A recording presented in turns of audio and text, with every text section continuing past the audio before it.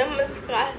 आज 17 मे 2025 महाराष्ट्र टाइम्स वाचत होते.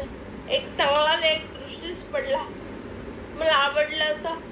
लाईक, कमेंट, शेअर आणि चॅनलला सबस्क्राईब करा. मी असे चांगले लेख घेऊन येत आहे. आजच्या लेखाचे नाव आहे सकारात्मकतेचं शेअरिंग.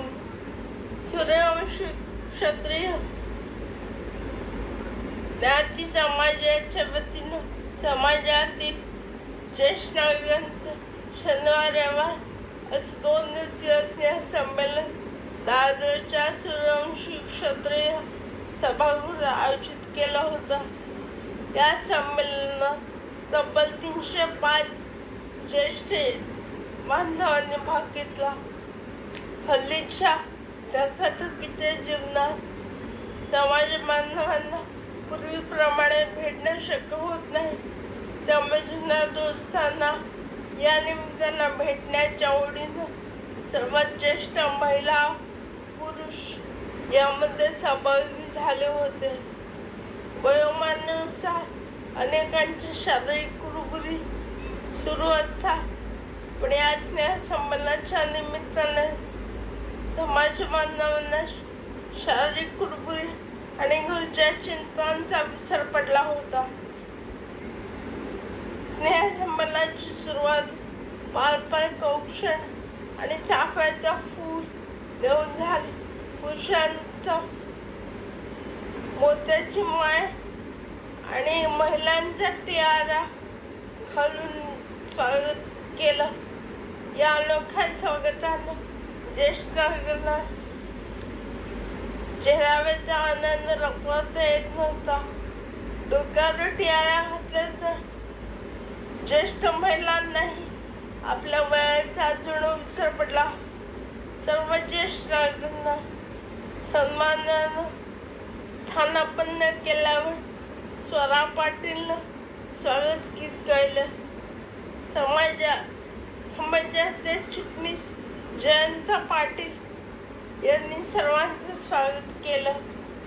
मी समाजाचा अध्यक्ष या नात्यानं मनोविकास केला आणि स्नेहसंमेलनाच्या आयोजनामधील उद्देश सांगितला. सनी सोनकर यांनी चला मस्त जगूया हा कार्यक्रम सादर करीत ज्येष्ठांना जगण्याची प्रेरणा दिली. सिनेमापासून जगच्या प्रयोगापर्यंत सफर घडवली. शनिवारची रात्र या ज्येष्ठांना जगण्याची नवी उर्मी देणारी रात्र ठरली. गाणी संगीत मैफिलीत सर्वत्र ज्येष्ठ नागरिकांना वयाचा विसर पडला. संगीताच्या तालावर ज्येष्ठ नागरिकांची पावला आपसूक फिरकायला लागली. सूर्यवंशी क्षत्रिय समाजात लग्नाआधीच्या हळदीच्या कार्यक्रमाला अनन्यसाधारण महत्त्व आहे.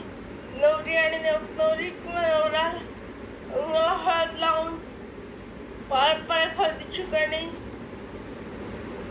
गाण्यांची अनेक वर्षाची परंपरा आहे. यावेळी समाजातील एक ज्येष्ठ जोडप्याला मुंडाळ्या बांधायला बांधण्यात आल्या.